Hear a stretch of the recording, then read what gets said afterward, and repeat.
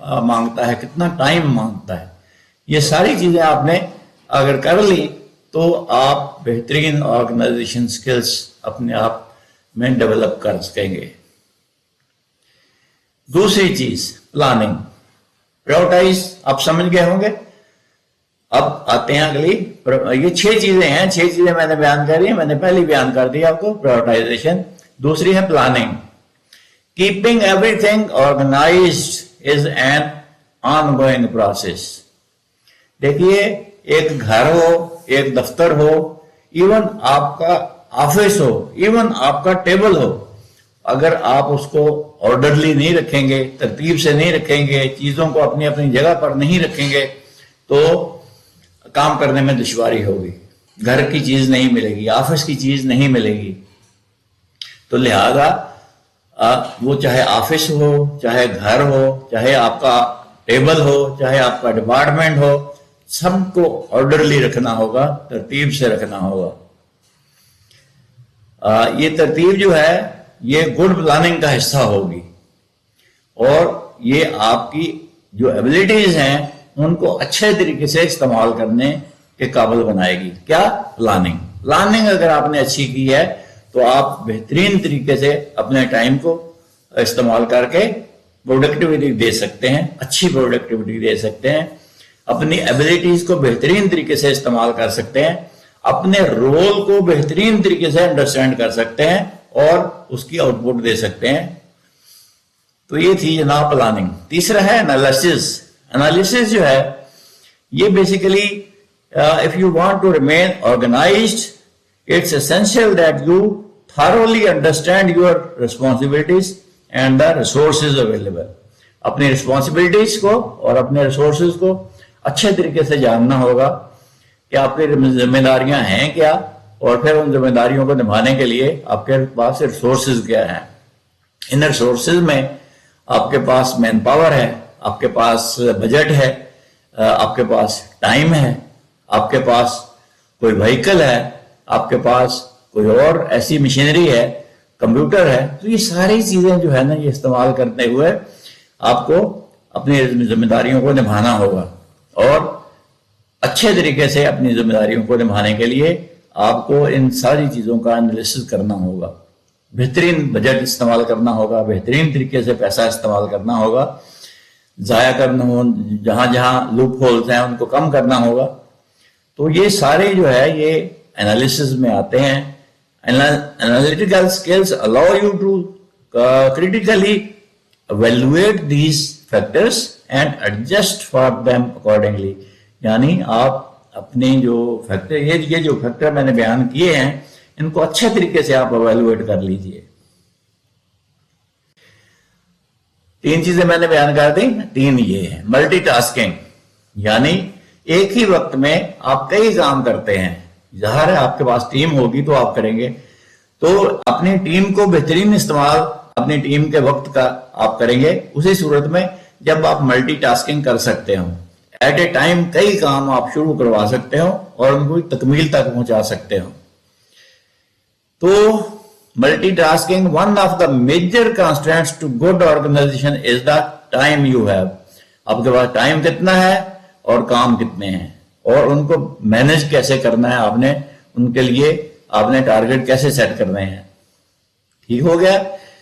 یہ سارے کام آپ نے کرنے ہیں وداؤٹ اینی کنفیوژن اور without any workload. Overwork جو ہے نا وہ نہیں ہونا چاہیے, نہ آپ کو نہ آپ کی ٹیم ممبرس کو. تو اس میں effective use of your time, effective use of your resources, effective use of your manpower. اگلا جو ہے جو 5واں جو فیکٹر ہے وہ ہے ریکارڈ کیپنگ.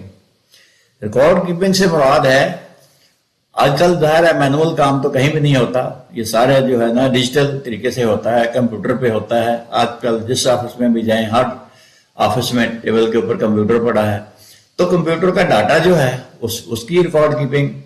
پھر جو پیپرز آپ کے پاس ہیں, جو فائلز آپ کے پاس ہیں, ان کی ریکارڈ کیپنگ. یہ اس طریقے سے ہونی چاہیے کہ جب آپ کو اس کی ضرورت پڑے تو بغیر وقت ضائع کیے ہوئے آپ اس کو نکال لیں. ایسا نہیں ہے کہ ایک پیپر کو یا ایک فائل کو کمپیوٹر سے نکالنے کے لیے آپ کو 2 گھنٹے لگ جائیں.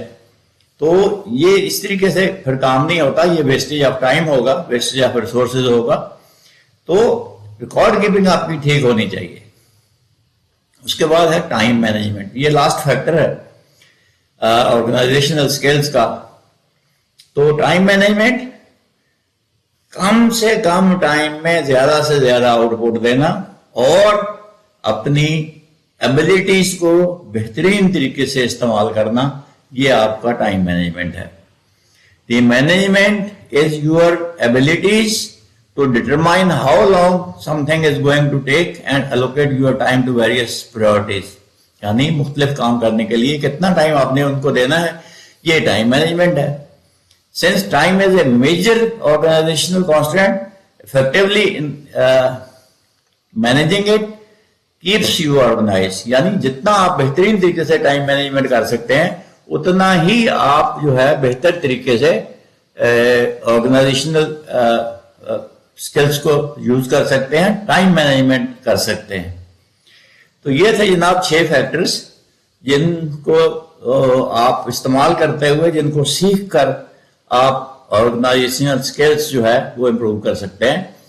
پرائورٹائزیشن، planning, analysis, multi tasking, record keeping اور ٹائم مینجمنٹ.